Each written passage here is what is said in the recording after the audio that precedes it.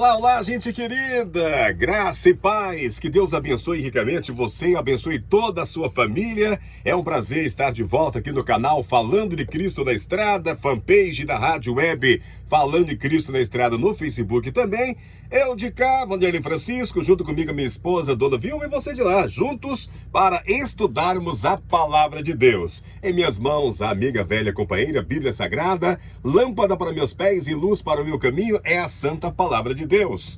Também o nosso manual de estudo, maravilhoso esse estudo, né? Hebreus, mensagem para os últimos dias. Estou devendo para vocês a lição número 10, a lição número 11. Nós vamos emendar a lição 10, 11 e 12. Quero pedir desculpa aos amigos aí, alguns dias, 15 dias, né? Eu não publico nada aqui no YouTube, aqui no canal, também não estou publicando no Facebook. Nós tivemos aí alguns problemas, mas todos já foram solucionados ou parcialmente solucionados, graças ao nosso bom Deus. Nós tivemos problema com a nossa van, a bonita, tá? A gente estava trabalhando lá na cidade de Alvorada do Oeste para Rolinete Fibra e ela ferveu, ela deu um problema sério no cabeçote, levamos para Rolim de Moura e foi uma batalha para consertar, tivemos que trocar o cabeçote, graças ao bom mecânico que lá tem, o Marcelo, graças à empresa maravilhosa que eu trabalho, a Rolinete Fibra, meu patrão Alexandre, um abraço para você, meu irmão, muito obrigado. O Henrique, que é o meu superior, né? O gerente, muito obrigado para você também, meu irmão.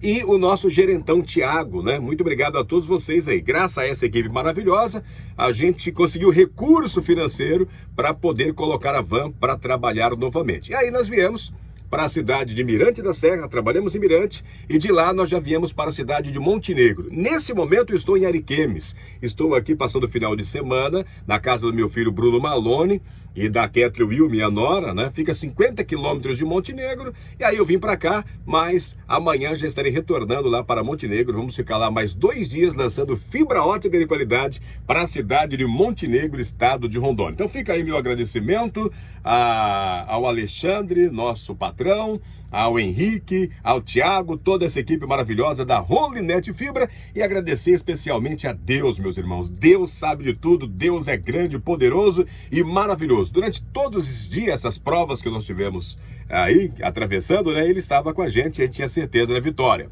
Depois nós fizemos uma troca aí da câmera, primeira vez que eu vou gravar com essa câmera aí, espero que vocês gostem aí, né, a gente está ampliando um pouco a qualidade, mas eu sou leigo, apanhei bastante dessa câmera e ainda estou apanhando dela ainda, né? Eu estou aqui no meu ambiente, né? Aqui na van, aqui na bonita, aqui no quintal da casa do Bruno, e a gente vai estudar a palavra de Deus. Vamos orar e vamos estudar? Vamos orar? Querido Deus, amado Pai, em sua presença, pedimos perdão, Senhor, pelos pecados, pelas falhas. Lhe agradecemos por toda a oportunidade que o Senhor tem nos dado. Agradecemos pela vida, alimento, trabalho, saúde e por esses amigos que o Senhor coloca em nossas vidas. Nós te glorificamos em nome de Jesus. Amém. Que Deus abençoe vocês, sejam bem-vindos. Se você ainda não se inscreveu, se inscreva aqui no canal Falando de Cristo na Estrada. Nossa proposta é essa, estudar a Bíblia onde quer que a gente esteja, em qualquer situação, né? Então, fique aí para estudar a Bíblia comigo, tem várias playlists aqui no canal. Deixe aí também o seu gostei ou não gostei no final do vídeo, assista inteiro o vídeo para o YouTube ver a relevância desse trabalho e indicar também para outras pessoas. Irmãos, a lição número 10 foi uma lição fantástica. Eu até pensei, né, e direto para a lição número 11 e a lição número 12, mas essa lição, o caminho atrás do véu, é uma lição realmente fantástica, né? Cristo não entrou em santuário feito por mãos humanas, figura do verdadeiro santuário, porém, no próprio céu, para comparecer agora por nós diante de Deus. Olha, aqui já tem informações interessantes.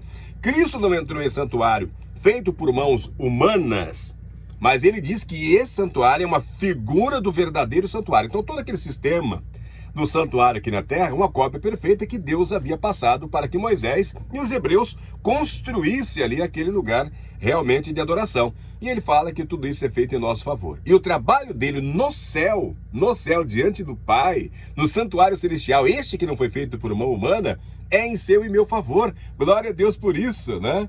Então, quando os discípulos voltaram ali do Monte das Oliveiras, depois que Jesus ascendeu, subiu ao céu, sentiram-se triunfantes, sentiram-se alegres. Seu mestre, seu amigo, havia se ascendido a uma posição de poder sobre o mundo. E tinha convidado eles também para se aproximar de Deus em seu nome e aproximar com confiança absoluta que as suas orações seriam atendidas. João 14, verso 13 e 14, né? Irmãos, esse convite é estendido para nós também. Embora continuassem no mundo atacados pelas forças do mal, sua a esperança era forte, sua convicção de que Deus ouviria eles era forte. Eles sabiam que Jesus havia ido para o céu, ido preparar-lhes um lugar, né? João 14, verso 1 ao verso 3, Jesus diz ali que ele foi preparar um lugar, e é para nós esse lugar. E que Jesus, ele era o precursor da salvação de todos nós. Por quê? Porque ele havia aberto um caminho para a pátria celestial por meio de seu sangue. Irmãos, a ascensão de Jesus ao céu é central para a teologia de Hebreus. Ela marca o início do governo de Cristo e de seu ministério sumo sacerdotal em nosso favor. Isso é importante saber, em nosso favor. Finalmente, mais importante, né? E mais importante, a sua ascensão para o céu marca a inauguração da nova aliança que provê os meios pelos quais podemos nos aproximar de Deus com ousadia mediante a fé, privilégio obtido por meio dos méritos de Cristo e da sua justiça. Como eu comentaria isso? Foi o que aconteceu comigo, né? Eu com o carro quebrado entre Alvorada e Terra Boa, né? E aquela pergunta, e agora, o que eu faço? E aí você leva o carro, né, quebrado, sem ter o recurso financeiro para o conserto, você, o que eu faço? Aí você lembra de um amigo que pode. Eu lembrei do meu patrão, meu amigo, né? Como é bom você saber que um amigo teu conseguiu alguma coisa na vida, né? Se tornou alguém importante na vida. Imagina que você tem um amigo aí que anda com você dia a dia, de repente esse amigo aí se torna governador do estado. Já imaginou? E aí você precisa conversar com uma autoridade, e ele fala, não, pode vir, fale meu nome, né? Fale meu nome, eu estou aqui realmente por vocês, foram vocês que me colocaram aqui, e agora você pode usar o meu nome para falar com essa pessoa que é importante. Jesus fez exatamente isso, né? Jesus fez exatamente isso, amigo ali dos discípulos, dos apóstolos, né? De repente ele vai para o céu, e agora os apóstolos, e eu estou contente, eu estou feliz, né? Por saber que nós temos Jesus lá, intercedendo em nosso favor. Ele fala, você pode usar o meu nome, você pode chegar diante de Deus e falar, Deus, Pai, Criador maravilhoso, estou aqui em nome de Jesus. Ele me deu a autoridade de chegar e falar contigo. Amém, né? Que coisa boa é saber disso, irmãos. Hebreus 9, 24 diz, porque Cristo não entrou no santuário feito por mãos, figura do verdadeiro, porém no mesmo céu, para agora comparecer por nós perante a face de Deus. Ele comparece por nós diante da face de Deus. De acordo com essa passagem, qual foi o propósito da ascensão de Cristo ao céu? Comparecer em nosso favor diante de Deus. Ele está lá em nosso favor. Isso é maravilhoso a gente saber, né?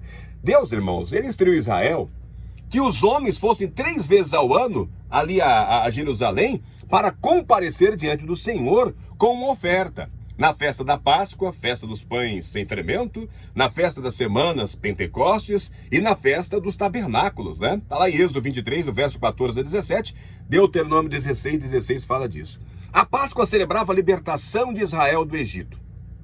O Pentecostes celebrava a colheita da cevada. E na época do Novo Testamento, estava ali associada à promulgação da lei no Sinai. A festa dos tabernáculos celebrava o cuidado de Deus com Israel durante a peregrinação, durante aquele tempo que eles passaram no deserto. Irmãos, Hebreus 9, 24 descreve a ascensão de Jesus indo à presença do Pai.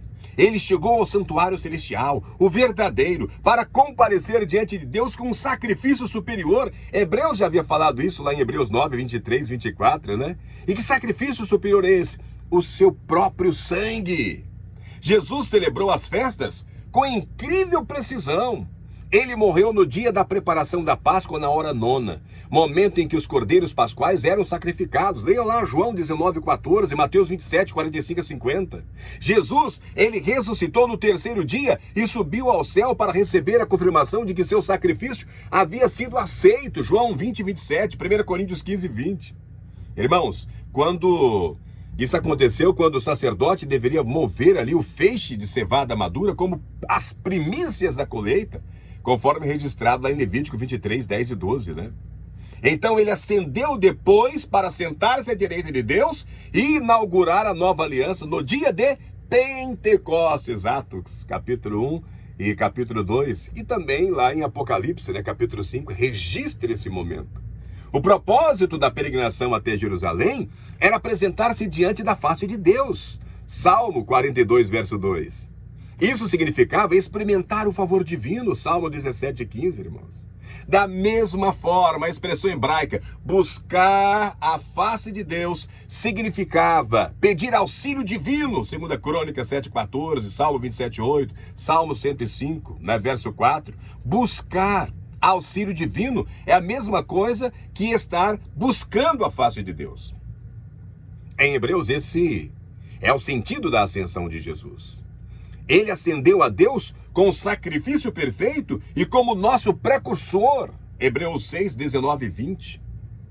Tornou real a promessa para os crentes que peregrinam procurando uma pátria, desejando uma pátria superior e ansiosos pela cidade da qual Deus é o arquiteto e construtor. Hebreus 11, 10, 13 e 16. Que bênção é isso, né? Que maravilha saber disso.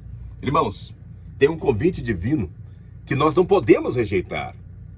Hebreus capítulo 12, do verso 18 a verso 21, está escrito: porque não chegaste ao monte palpável, aceso em fogo, e a escuridão e as trevas e a tempestade, e ao sonido da trombeta, e a voz das palavras, a qual os que as ouviram pediram que lhes não falasse mais, porque não podiam suportar o que lhes mandava. Se até o animal tocar o monte, será apedrejado ou passado por um dardo. E tão terrível era a visão que Moisés disse: estou todo assombrado e tremendo. Irmãos, como foi a experiência de Israel no Monte Sinai, né? Isso é incrível. Que experiência o povo de Israel teve ali no Monte Sinai, quando Deus convida que eles subam junto com os líderes, junto com Moisés, junto com Arão, junto com a liderança. O povo sobe para cá, eu quero cear, eu quero comer com vocês, né?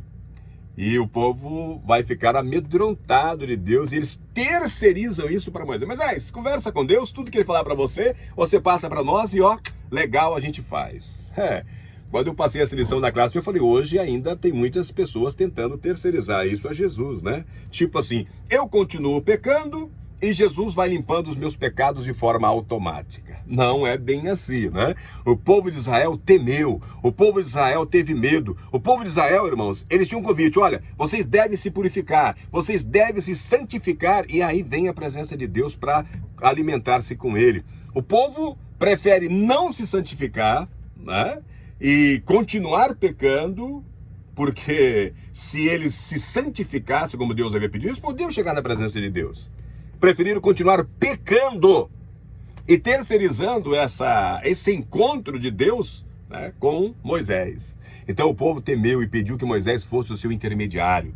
Quando Deus chamou Israel do Egito, irmãos, seu plano era criar um relacionamento pessoal, era criar um relacionamento íntimo com o povo. O que Deus diz lá em Êxodo 19:4? Vocês viram o que eu fiz aos egípcios? E como levei vocês sobre asas de águia e os trouxe para perto de mim? Êxodo 19, verso 4, né? Por meio de Moisés, irmãos, Deus deu as instruções necessárias para preparar o povo para encontrar-se com ele.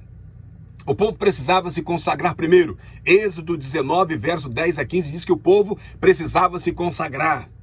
O que significa se santificar. Aqueles que subissem sem preparo morreriam. A instrução divina foi exatamente essa: quando soar longamente a trombeta, no terceiro dia, então subirão ao monte. Êxodo 19, 13. Ele queria que tivesse a experiência que Moisés e os líderes do povo teriam quando subissem o monte e vissem Deus e comessem e bebessem em sua presença. Êxodo 24, 9 a 11, irmãos. O povo mais tarde reconheceu que tinha visto a glória de Deus e que era possível falar com Deus. E que Deus podia falar com as pessoas e elas permanecerem vivas. Deuteronômio 5, 24. Deuteronômio 5, 5 diz: mas quando chegou o momento, faltou fé. Moisés explicou anos depois: vocês ficaram com medo do fogo e não subiram no monte. Deuteronômio 5, 5. O povo pediu a Moisés que fosse seu intermediário. Compare Êxodo 5, 25 a 27, Deuteronômio 5, né, do verso 25 a verso 27, com Êxodo 20, do verso 18 ao verso 21. Irmãos, a manifestação da santidade divina no Monte Sinai teve como propósito ensinar o temor, ensinar o respeito a Deus e também levar o povo a conhecer sua misericórdia e sua fidelidade. Êxodo 34, do verso 4 ao verso 8. O temor do Senhor conduz à vida, sabedoria e honra, Deuteronômio 4:10. E pode comparar com Salmo 110, 111:10, Provérbios 1:7, Provérbios 9:10, Provérbios 10:27. O temor do Senhor conduz à vida, sabedoria e honra. Contudo, enquanto Deus queria que Israel fosse até ele, o povo ficou com medo. A descrição em Hebreus dos eventos no Sinai é acompanhada da falta de fé e apostasia do povo com o bezerro de ouro, como temia ao encontrar-se com Deus por causa dos seus pecados. Deuteronômio 9:19. A reação do povo não foi o plano de Deus, mas o resultado da falta de fé. Não tiveram fé. Preferiram não se consagrar, continuar no pecado, do que se consagrar e poder ter esse relacionamento com Deus, de poder comer e beber com Deus e permanecer vivo. Então por que o povo teve medo de se encontrar com Deus? Porque lhes faltou fé. Irmãos, vocês já tentaram, pensar sobre a necessidade do véu lá no santuário, aqui na terra? E se no santuário na terra existia um véu que separava, tinha o pátio, tinha o lugar santo, aí tinha o véu que não chegava, até em cima, havia um espaço ali, porque o incenso ficava queimando e a fumaça entrava para o lugar santíssimo. O lugar santíssimo, ali havia a Arca da Aliança. Essa Arca da Aliança ela foi feita para abrigar as duas tábuas da lei de Deus. Ao lado dessa tábua estava o livro de Moisés. E durante algum tempo essa Arca da Aliança ficou ali também, o maná, e também a vara de Arão, aquela vara que floresceu. Ok? Então era muito importante. E ali apenas uma vez por ano, o sumo sacerdote entrava para fazer expiação pelo pecado. Porque o pecado era levado através do sangue para dentro do santuário. Entendia-se que o santuário estava sendo contaminado. E no dia da expiação, o sumo sacerdote matava ali 2 bois, um para ele, em relação a ele, a família dele, pedindo a Deus ali o perdão do pecado, sacrifício para que ele estivesse puro para comparecer diante de Deus. Deus aceitava esse sacrifício. Quando terminava a expiação, olha o que eu estou dizendo, quando terminava a expiação, era levado um segundo bode, que é chamado bode Azazel, onde o sumo sacerdote colocava a mão na cabeça desse animal, e esse animal era levado por um levita para o deserto, e lá ele ficava, Esse animal representa Satanás, que é o originador do pecado, e que no final, quando Jesus retornar, todos esses pecados nossos, todos, que Jesus carregou na cruz, e que leva para o santuário, ele será colocado sobre as costas de Satanás. Então, simbolicamente, é isso, Então, por que havia necessidade de um véu? Os véus tinham função dupla. O termo hebreu usado ali para véu, catepetasma, pode se referir à cortina do átrio, Êxodo 38:18, pode se referir à entrada da área externa do santuário, Êxodo 36:37, ou pode ainda se referir ao véu que separava o lugar santo dos santos, onde eu falei ali, lugar santo dos santos, Êxodo capítulo 26, verso 31 a verso 35. Então, alguns, fazendo uma leitura um pouco descuidada, às vezes coloca, que a palavra catepetesma só se refere ao véu que separa o lugar santo dos santos, mas não é bem assim, tá bom? Essa palavra, ela é usada aqui em Êxodo 38:18, como a cortina do átrio, no Êxodo 36:37, como a entrada externa do santuário, e Êxodo 26:31-35 também usa catepetasma para o véu separando o lugar santo dos santos. Então, esses véus eram limites que apenas algumas pessoas podiam cruzar. Então eu gostaria que depois vocês lessem com calma, Levítico 16, 1 e 2, Levítico 10, de 1 a 13, para a gente notar ali que evidências há nessas passagens. Eu vou ler com vocês, Levítico, diz assim, Levítico 16, verso 1 e 2. E falou o Senhor a Moisés, depois da morte dos 2 filhos de Arão, que morreram quando se chegaram diante do Senhor. Disse, pois, o Senhor a Moisés: dize a Arão, teu irmão, que não entre no santuário em todo o tempo, para dentro do véu, diante do propiciatório que está sobre a arca, para que não morra, porque eu aparecerei na nuvem sobre o propiciatório. Bom, essa história do propiciatório vocês sabem, né? Ali sobre a Arca da Aliança havia 2 querubins, né? Com as asas abertas para o centro ali. E ali tinha o Shekinah, o fogo. Ali era a presença de Deus. Então não podia entrar realmente qualquer pessoa, porque uma pessoa pecadora, né? Sem estar devidamente preparada, ao encontrar-se a presença de Deus, ela morria realmente, né? Então a pergunta, né? Que advertência há nessas passagens, vocês podem ler também as outras passagens que eu citei aqui, que Deus é santo, irmãos, e devemos temê-lo. O santuário não podia ser profanado. O santuário não podia ser profanado. O véu ali era uma proteção para os sacerdotes enquanto ministravam diante de um Deus santo. Depois do pecado do bezerro de ouro, Deus disse a Moisés que não os acompanharia até a terra prometida para que não os consumisse, pois era um povo teimoso. Êxodo capítulo 33, verso 3. Assim Moisés mudou a tenda do encontro para o longo do arraial, né, capítulo 33, verso 7. No entanto, depois que Moisés intercedeu, Deus concordou em ir no meio deles. Glória a Deus, né? Êxodo 33, verso 12 até o verso 20, tem ali a intercessão de Moisés pedindo para Deus ficar. Deus resolve ficar, mas estabeleceu várias medidas para proteger o povo. Por exemplo, Israel acampava em uma ordem estrita que formava um quadrado vazio no meio, onde o tabernáculo era montado. O quadrado perfeito das 12 tribos. E ficava aquele espaço no meio, onde era montado o tabernáculo. Além disso, os levitas acampavam ao redor, a fim de proteger o santuário, proteger a sua mobília, proteger aquele lugar ali da invasão de estranhos. Leia lá Números capítulo 1, 51 e Números 3, 10, né? Eles eram de fato uma espécie de véu humano que protegiam o povo de Israel.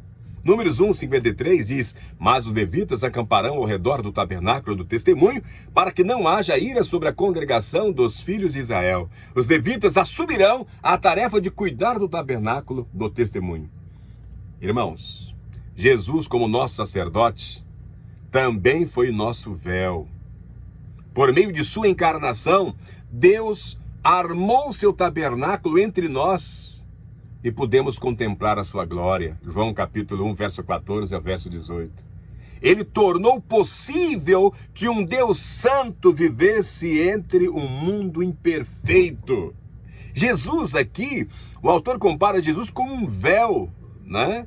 Que nos protegeu da santidade de Deus, e através de Jesus nós podemos ter esse contato direto, né? As pessoas puderam tocar, as pessoas puderam abraçar Jesus, puderam comer com ele, né?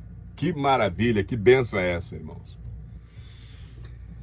Nós temos tudo isso a nosso favor, nós temos todas essas informações de um Deus santo, perfeito, misericordioso, que quer se relacionar comigo e com você. E Jesus mostra que é possível, através dele, entrar no lugar santo dos santos, diante do Pai, e clamar, fazer os nossos pedidos, fazer as nossas orações, fazer os nossos agradecimentos, tendo fé. Tendo fé. É preciso ter fé. Amém? Você crê nisso? Então ore agora como se você estivesse diante de Deus. Não tenha mais medo. Pelo sangue de Jesus, que purifica-nos de todos os pecados, quando confessamos, quando lutamos, né, para abandonar esse pecado, e quando aceitamos que Ele é o nosso representante legal diante de Deus. Nós podemos ter confiança, podemos ter ousadia de chegar no lugar santo dos santos e falar: Pai, aqui estou, em nome de Jesus, para lhe agradecer e para fazer tal pedido por mim ou por fulano, Bertano e Ciclano. Por isso, continue orando. E vem aí a nossa segunda campanha, aliás, a nossa terceira campanha de oração. Aguarde. Nós fizemos a primeira campanha de oração em prol de pessoas enlutadas, a segunda em prol de pessoas enfermas.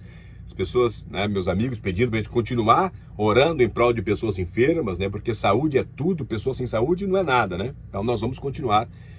Brevemente vou estar anunciando aqui a nova data aí da nossa campanha de oração, que sai sempre às 5 horas da manhã. Aguardem aí. Vamos orar, vamos falar com Deus. Amanhã estaremos de volta tratando de 2 caminhos, né? O novo caminho, o novo e vivo caminho através do véu. Nós vamos estudar Hebreus capítulo 10, verso 19 a verso 22. Um convite especial que Deus tem para todos nós no próximo estudo. Pense nisso, um forte abraço e até amanhã. Que Deus abençoe a todos. Oremos. Querido Deus, amado Pai, lhe agradecemos porque o Senhor nos deu a oportunidade de estudar a sua palavra e se apresenta diante do nós como o nosso precursor, mostrando da possibilidade que nós temos de chegar diante de Deus, que as nossas orações podem ser ouvidas, podem ser atendidas, que não precisamos ter medo, porque o Senhor é o nosso representante legal e podemos usar o seu nome para falar com Deus. Muito obrigado, meu Pai. Muito obrigado por estar aí à direita de Deus, cuidando dos nossos interesses. Muito obrigado mais uma vez, em nome de Jesus. Senhor Deus, nós agradecemos. Amém. Pense nisso, um forte abraço e até amanhã.